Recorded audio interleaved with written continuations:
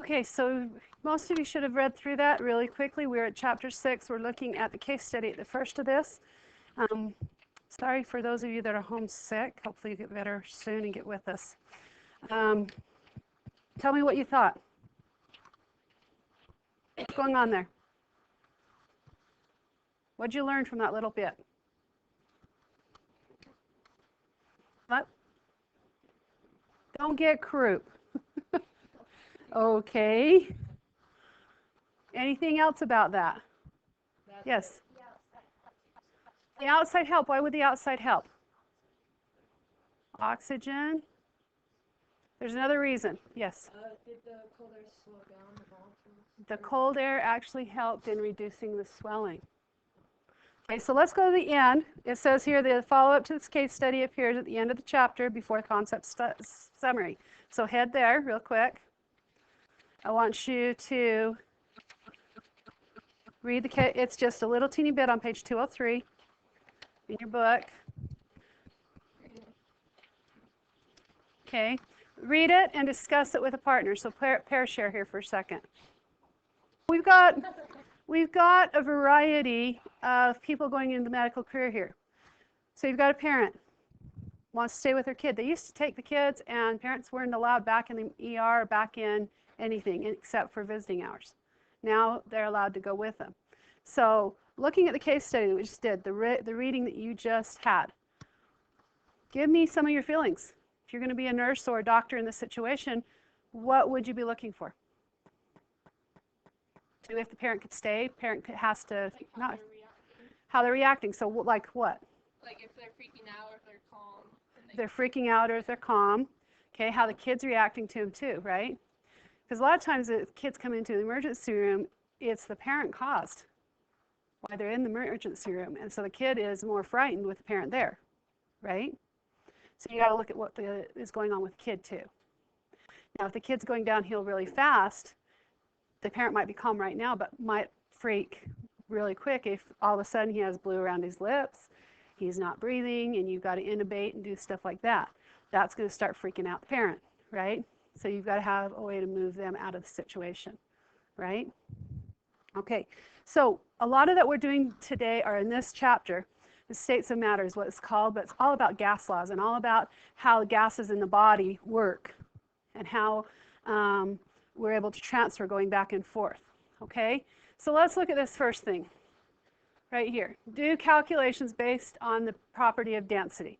Now, how many watched the video last night? Okay, I gave you a little quick symbol for density. How do you remember density? The heart. You hold your hands up in a heart and cut it in half because you know, broken heart.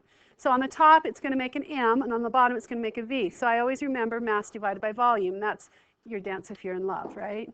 Okay. Yeah, you get a little bit, you know, loopy kind of on the top. Okay, so as we're looking down here, I did not put a place for density that I can see real quick. It might be down farther. Can you guys see down farther if it is down farther? Is there a place for the...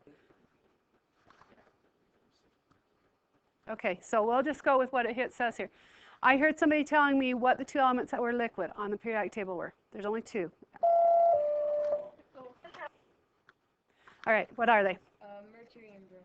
Mercury and bromine. So we need to put those there. Mercury is Hg. Oh, it's not going to let me write. Come on. We'll go here. Let's see if it'll let me write now. Hg and bromine. Okay, and I just did the symbols. What are the gases at room temperature? Easy way to remember. Okay, the noble gases, which are helium, the column of helium down through radon, and an octane is assumed to be one. What else? Hydrogen. Oxygen. Now bromine, that's a liquid. Nitrogen. Why am I putting twos? Because they're part of the twins. Those are the diatomics, they're part of the twins. So what else? Iodine's actually a solid. Fluorine is a gas. and chlorine is a gas. Is there any ones we've missed? Okay, look at where they are on the periodic table. They make a little V shape up in the corner. Okay, and then you've got the far line. So they're the far upper right-hand corner plus hydrogen. But remember, hydrogen sort of floats above the table anyway. What are the most common states that elements are found in then? Solid. Most of the chart is solid. What are the four physical properties that distinguish between each of the gases? If you don't know, I want you to look in your book because this is still in that first section. Yes? It can hold a shape. Is that I don't know. Yes. Yeah, that's what I meant. Density. Volume.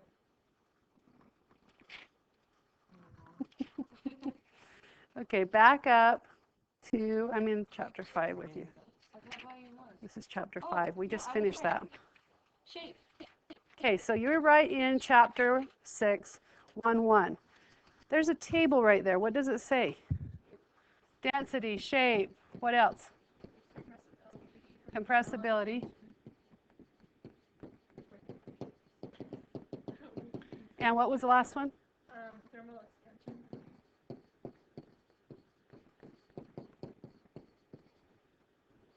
So underneath each of these, you need to define them. Well, we know density is equal to mass divided by volume. Shape, how do we define shape? How do they define shape?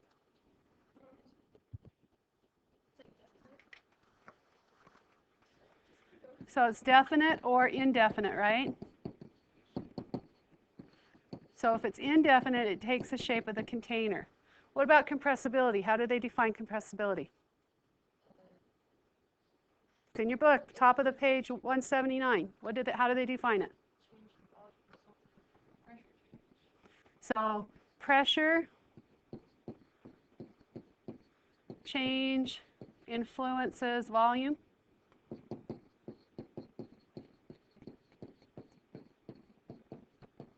Well, how do they explain thermal expansion?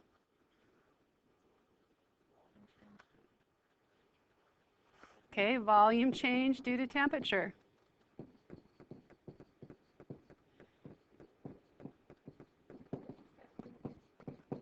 And that delta just means delta change. What? Right. Okay, so now we've got this little graph that's down here at the bottom. Oh, now I've got to, it's not going to let me roll it up. I love that.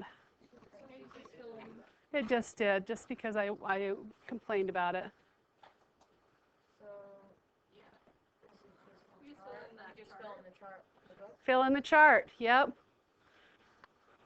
Now, they say that you need to see something 3 times before, see it, do it, feel it 3 times before it gets into your head. So, hopefully you'll be seeing the video. You'll be having written something down, that's 2. And then I'll be going over any problems or anything you didn't get that you can't figure out. Okay? So this is what I want you to do. This is what you're going to get credit for. And then I'm going to also have a quiz at the beginning, and then we have a quiz at the end each day. Okay? Then We're going to go over like that. we're hopefully going to have enough time yet to go to do some sapling. Okay, so I'm going to go up. I'm going to let you fill that in. We've got some example problems. Just love me so much. Okay, so here's my example problem. I have a volume of 125 grams. The seawater has a density of this. I remember that I've got a heart and it's dense because it's in love, and that's equal to density. So density is mass divided by volume. I'm trying to find volume, so I'm going to rearrange that equation. So volume equals mass divided by density. And I throw in what I have. 125 grams divided by 1.03 grams per milliliter. Grams cancel, milliliter comes up, I end in milliliters. I've got 3 significant figures. What is my answer?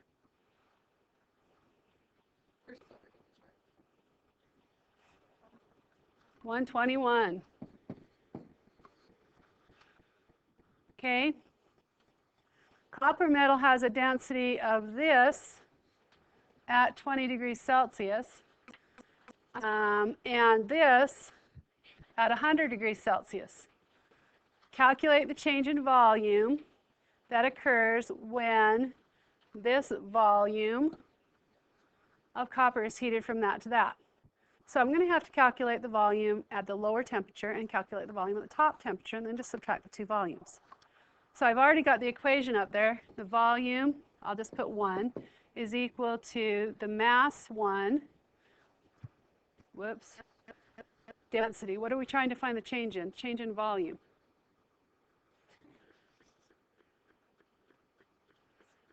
Did I give you the right information? My goodness, let's see, let's look. No. Change in volume, this should have been mass. This should have been mass. We're going to change that to grams. Okay? Because otherwise it won't work. Okay? So we're going to go V1 equals the mass 10 divided by the density 8.92 and get an answer. And the second volume, we're just going to take 10 divided by 8.83 and get an answer. And then we just have to subtract the two.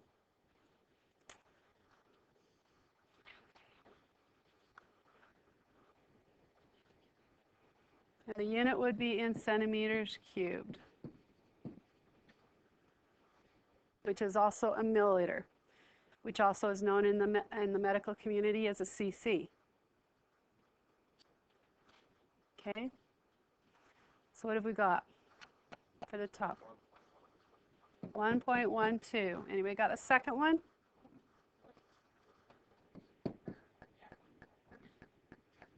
One, 3? 2, 3? 1, 3. So the difference is only 0.01 centimeters cubed.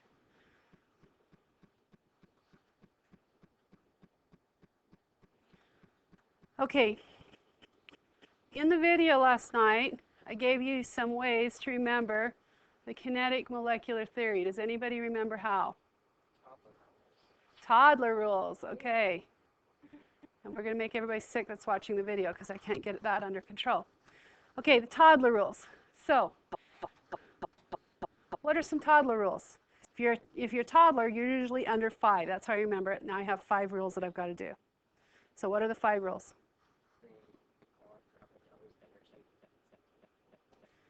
So they have elastic collisions,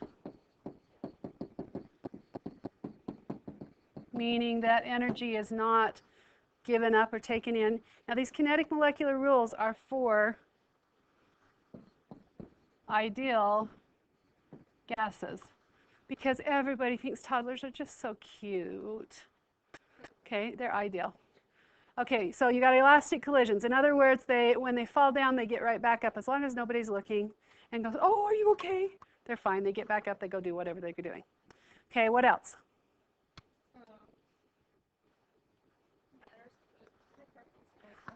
So they're small. Okay, they're small. What else?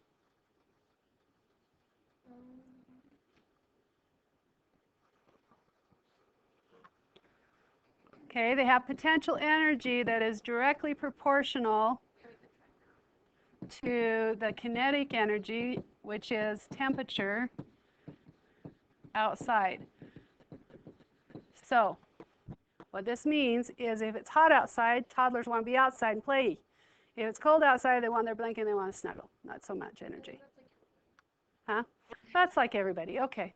Well, some people like the snow. I like to go out and go skiing, so I can't, toddlers can't do the skiing thing. Yes? Speed increases as temperature. That's basically what this is. Yeah, that's basically what this is. So what's another one?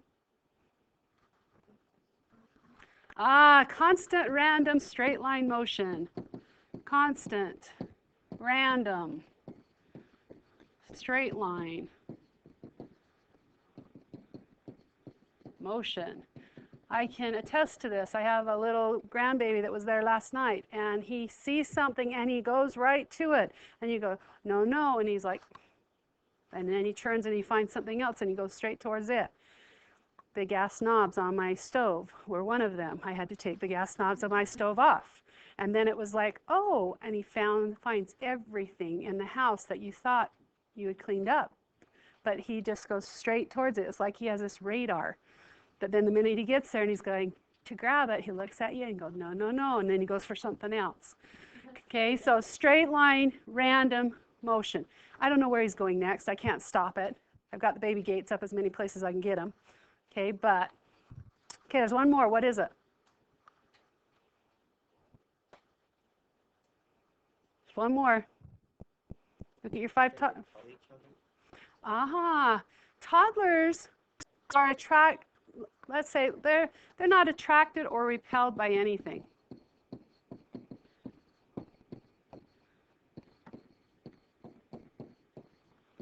They just sort of hang out. Okay?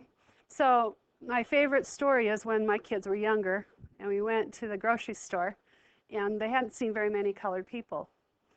And they saw this one colored lady in the grocery store and she was happy and everything, and tell my daughter, bless her soul, you know, if you say bless your soul in the South, everything's okay. It doesn't matter what you say after that.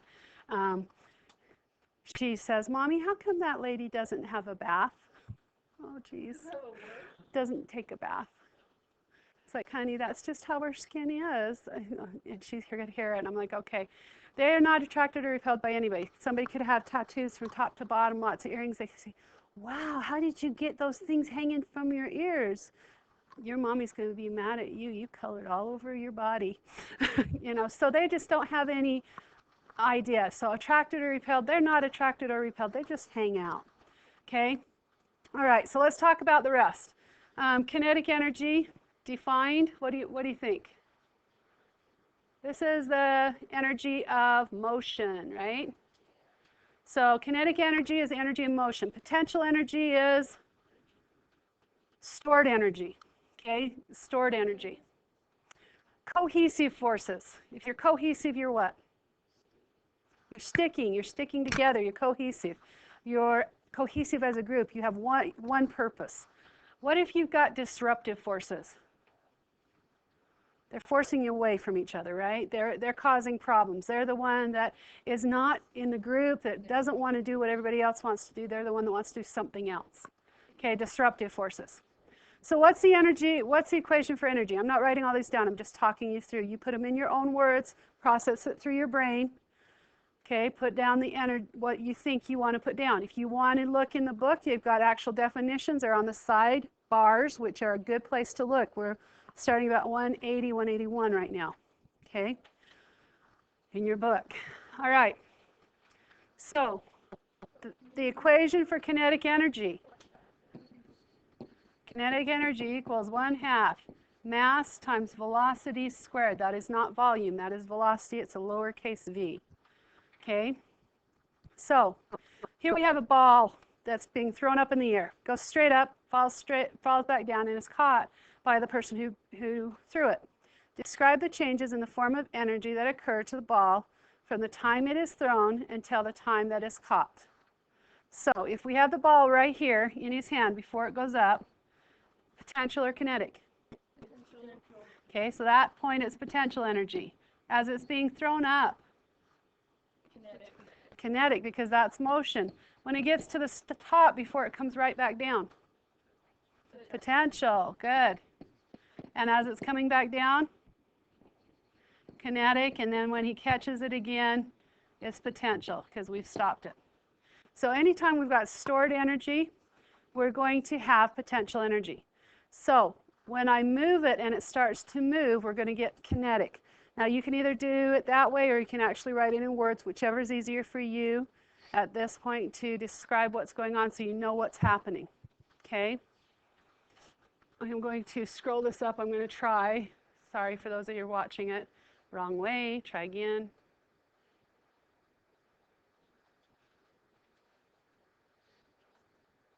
Okay. So here we have a kinetic energy problem with football. So suppose I had a 180-pound which is 81.8 kilogram, halfback running at the speed of 8.0 meters per second. He collides with a 260-pound, which is 118.2 kilogram, tackle, but he's only running 3.0 meters per second. Which one will be pushed back? Which one has more kinetic energy? What was the equation? KE equals 1/2 mass times velocity squared. So let's put it in. Here we have 1/2 the mass as 81.8 kilograms times by velocity 8.0 meters per second and square it. So let me put that through. Let's get that one. Yes, yes. It needs to be in kilograms when you do this equation.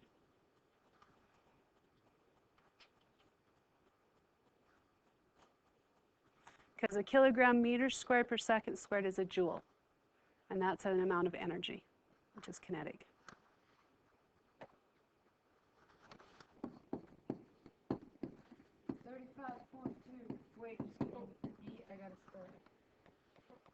Just square the, you square this, the 8, so how much? 2,600 joules. Okay, let's try this other one. We'll do it in blue. So on this other one, we're going to have 1/2 times 118.2 kilograms. I'm running out of room, sorry. 3.0 meters and square it.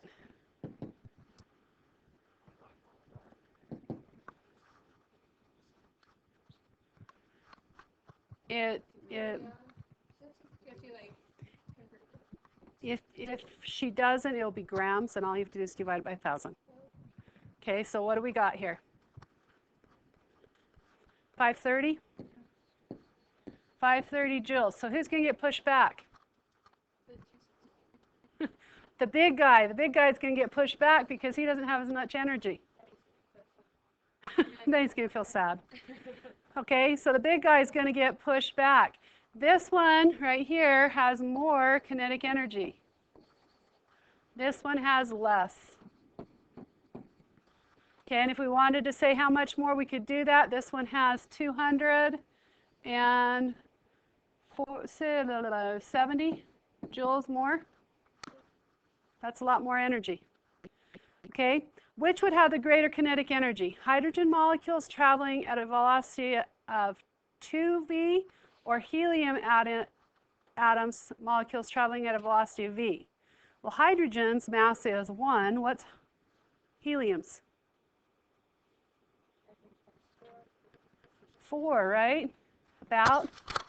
Okay, so if we did this really quick, if we go 1/2 times 1 times 2v, we'd end up with v, right? If we do the other one, 1/2 times 4 times, oh, and I forgot to square that, so it's not really v squared. We're going to end up here with 2v, sorry, and over here we're going to end up with 2v. It's the same, because this 2 squared is 4, right? 4 divided by 2 is 2. V squared stays the same. It's the same. So hydrogen has to run twice as fast as helium to have the same energy, because it's a lightweight, right? Okay, solid state. So how far did we get in our lecture last night? Can't remember. Cohesive forces. So we're about where we need to stop. Okay. All right. So now what I want to do is I want you to go ahead and get the computers out. I want you to start working on sapling. We are going to have lab next time, so that's going to cut into sapling time.